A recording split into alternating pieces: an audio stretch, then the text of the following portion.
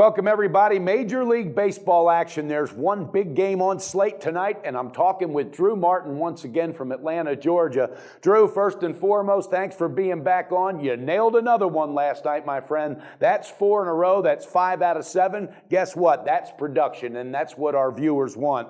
With that being said, we got Toronto taking on the Baltimore Orioles tonight. So if you will, break it down, my friend, and let our viewers know where the edge lies. Well, Mike, thanks for having me on again, and thanks for the props. And props to you as well in the NBA. I know you're killing it over there. Thank you. But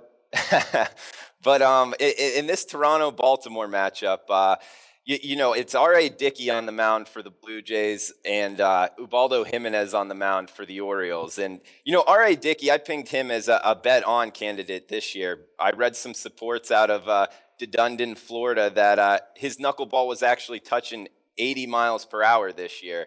And I don't know if that radar gun was juiced or what, but he's more towards 75 miles per hour with his knuckleball through the first couple games. And it's something that's really affected him. His ERA is now north of 6. So he's not somebody I'm looking to back right away. And against this Orioles lineup, it's kind of scary if you're looking to go against Toronto. I don't know what side you're thinking, Mike, but going on R.A. Dickey is kind of a question mark for me. Sure, and I understand that as well, and he has struggled. Matter of fact, I was watching the manager, Gibson. He was coming out to pull him out the other day, and typically when a coach comes out to yank somebody, he's holding up his right or left hand for who's coming in. Well, there's a great video that's uploaded. He comes out with both arms, just flinging, going crazy, like anybody, get anybody in here. Just get this guy out of here. It was hilarious. Now, Jimenez, years back, I faded him quite a bit. He had 2 seasons where he was getting roped tremendously,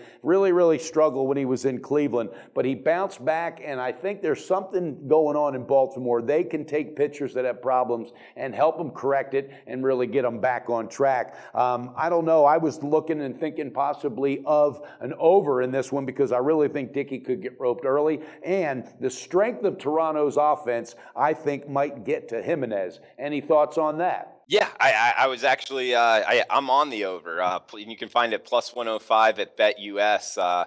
And like you touched on, I mean, Ubaldo Jimenez, you got to give him credit. I guess he's found a way to stay in the show. But other than that, I mean, I'm not looking to back him either.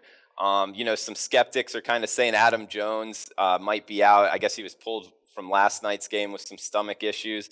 But when you think about it, he hasn't been effective all year. His batting average is below 250. So I'm not sure how much that's really going to affect the Orioles lineup. And then the Blue Jays lineup, they tend to do very well. They tend to mash guys like Ubaldo Jimenez. The softer tossers. This isn't Ubaldo Jimenez pumping up 95 anymore. So I really like the Toronto Blue Jays lineup to mash tonight, and the Baltimore Orioles lineup tends to have a good matchup against the slower throwing R.A. Dickey. So in the hitter's ballpark at Camden Yards, I like this over. You can find it plus 105, over of 9, plus 105 at BetUS right now. Yeah, and you just stole my thunder. I was going to say that's a hitter's ballpark as well. And Adam Jones, I also been keeping in tune with that. Hasn't been a big threat. He had some rib issues, and now he's got this stomach issue. Now, had this been years past, the Adam Jones that we know, then I would be concerned. But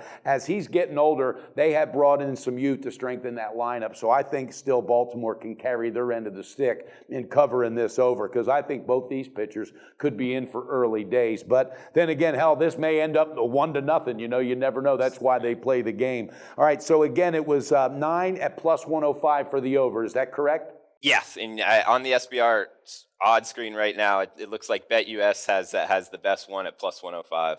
Any thoughts on Tulowitzki, and is he going to finally just open up and get back into full gear mode? I mean, at some point, one question mark I do have on this total is, Toronto Blue Jays lineup it isn't, pumping on all cylinders right now. But, at some point they're going to turn it around. You never want to catch a falling knife, but I mean, I also wouldn't refer to this lineup as a falling knife. They can still mash. And when they start getting going, I mean, watch this total pump up to double digits here. But I think we can catch it at a low price here at 9 in this this hitter's ballpark. So yes, I do think he'll turn it around. If tonight's the night, I'm not sure, but the matchup against Ubaldo Jimenez, I do think it's a positive for the Blue Jays lineup. You know, and as you touched on, you know, when a team is getting close to putting it back together, but they're not quite there, sometimes it takes a pitcher like a Jimenez when he has an off night for that offense to really take advantage of that and find their fire and then just capitalize from there. So I like it. Okay, Drew, thanks for the breakdown. Viewers, you heard it. Drew Martin likes the over tonight in the Toronto Blue Jays versus the Baltimore Orioles game. You can catch it right now. It's set at 9 runs plus 105. So again, that is the over in Toronto versus Baltimore. Cash another ticket with Drew Martin. Drew, thanks so much for being on. I look forward to talking to you again real soon, my friend, and it'll probably be tomorrow.